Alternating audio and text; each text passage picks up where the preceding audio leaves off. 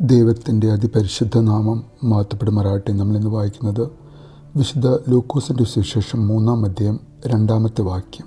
അന്നാസും കയ്യാഫാസും പ്രധാന പുരോഹിതന്മാരും ആയിരിക്കെ സക്രിയായുടെ പുത്രനായ യോഹന്നാന് മരുഭൂമിയിൽ വെച്ച് ദൈവത്തിൻ്റെ അരുളപ്പാടുണ്ടായി.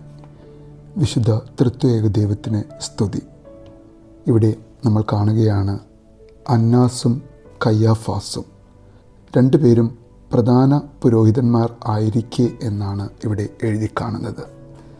എങ്ങനെ ഒരേ സമയം രണ്ട് പേർക്ക് പ്രധാന പുരോഹിതനാകാൻ സാധിക്കും?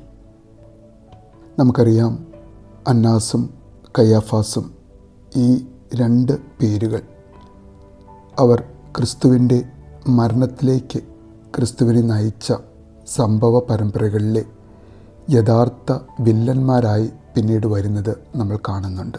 പ്രതിനായകർ.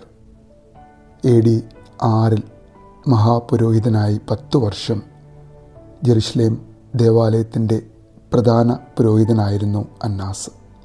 എന്നാൽ പീലാത്തോസിന് മുൻപുണ്ടായിരുന്ന ദേശാധിപതി ഗ്രാത്തൂസ് അന്നാസിനെ AD 16 സ്ഥാനഭ്രഷ്ടനാക്കി. എങ്കിലും തൻ്റെ 5 പുത്രന്മാരും മരുമകനായ കയ്യാഫാസും മഹാപുരോഹിതനായിരുന്ന കാലമത്രയും യഥാർത്ഥ ശക്തി കേന്ദ്രമായിരുന്നു അന്നാസ്.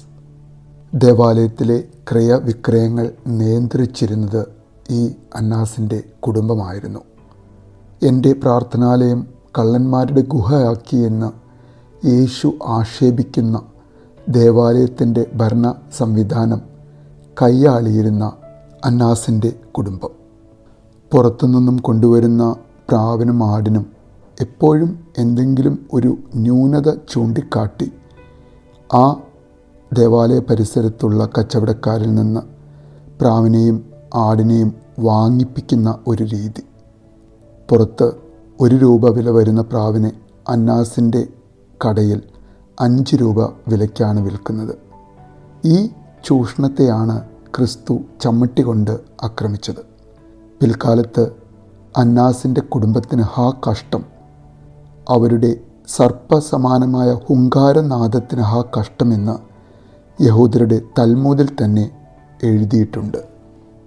ക്രിസ്തുവിൻ്റെ കാലത്ത് സാദൂക്യരുടെ ഏറ്റവും വലിയ ഒരു നേതാവായിരുന്നു അന്നാസ്. ക്രിസ്തുവിനെ അറസ്റ്റ് ചെയ്ത ശേഷം ആദ്യം ഹാജരാക്കിയത് അന്നാസിൻ്റെ മുൻപാകെയായിരുന്നു. യോഹന്നാൻ്റെ സുവിശേഷം 18-ാം അധ്യായം 13-ാമത്തെ വാക്യത്തിൽ നമ്മളത് കാണുന്നുണ്ട്. പിൽക്കാലത്ത് അപ്പോസ്തോലരുടെ വിചാരണ, ആ വിചാരണയിലും അന്നാസിനായിരുന്നു മുഖ്യ സ്ഥാനം നമ്മൾ കാണുന്നത്. അപ്പോസ്തല പ്രവൃത്തികൾ 4-ാമത്തെ വാക്യത്തിൽ നമ്മളത് കാണുന്നുണ്ട്. പിന്നീട് പ്രധാന പുരോഹിതനായി കയ്യാപ്പ എന്നറിയപ്പെടുന്ന കയ്യാഫാസ് അവരോധിക്കപ്പെടുകയാണ്. അദ്ദേഹം അന്നാസിൻ്റെ മരുമകനും കൂടിയായിരുന്നു. സമൂഹത്തിൽ കുഴപ്പങ്ങളുണ്ടായാൽ കൂടുതൽ നഷ്ടപ്പെടുവാനുണ്ടായിരുന്ന സമ്പന്നതയുടെ പര്യായമായ കയ്യാഫാസും അദ്ദേഹത്തിൻ്റെ അമ്മായപ്പൻ അന്നാസും അവരുടെ കുടുംബവും. അങ്ങനെ വല്ലതും സംഭവിച്ചാൽ റോമൻ ശക്തി തങ്ങൾക്കെതിരെ ആഞ്ഞടിക്കാൻ സന്ദർഭമുണ്ടാകുന്നതിനേക്കാൾ ശല്യക്കാരനായ ഗലീലക്കാരനെ വധിക്കുന്നതാണ് നല്ലത് എന്ന് ആദ്യം പറഞ്ഞ കയ്യാഫാസ്, ദൈവമേ, ലോകരക്ഷകനായ നിന്നെ ഇല്ലായ്മ ചെയ്യുവാൻ, എന്നേക്കുമായി നശിപ്പിക്കാം എന്ന മിഥ്യാധാരണയിൽ നിന്നെ കൊല്ലുവാനുള്ള ആസൂത്രണത്തിൽ മുഖ്യ പങ്കുവഹിച്ച കയ്യാഫാസ് എന്ന മഹാപുരോഹിതൻ, എല്ലാറ്റിനും അവസാന വാക്കായ യഥാർത്ഥ അധികാരം കൈയാളിയിരുന്ന വൃദ്ധനായ അന്നാസ് എന്ന മുൻ മഹാപുരോഹിതൻ, ദൈവമേ, ഇവരുടെ വഞ്ചനയാലും ചതിയാലും നിനക്ക് മരണശിക്ഷ വിധിച്ച സമൂഹത്തിൻ്റെ കൂടെ ഇന്ന് നിന്നെ ഉപദ്രവിക്കുന്ന, നിന്നെ മുറിപ്പെടുത്തുന്ന, നിന്നെ ഇല്ലാതാക്കുന്ന, നിന്നെ മറന്നുള്ള ജീവിതം നയിക്കുന്ന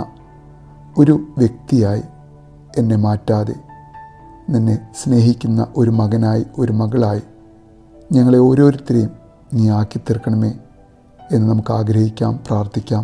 നല്ലൊരു ദിവസം നേരുന്നു.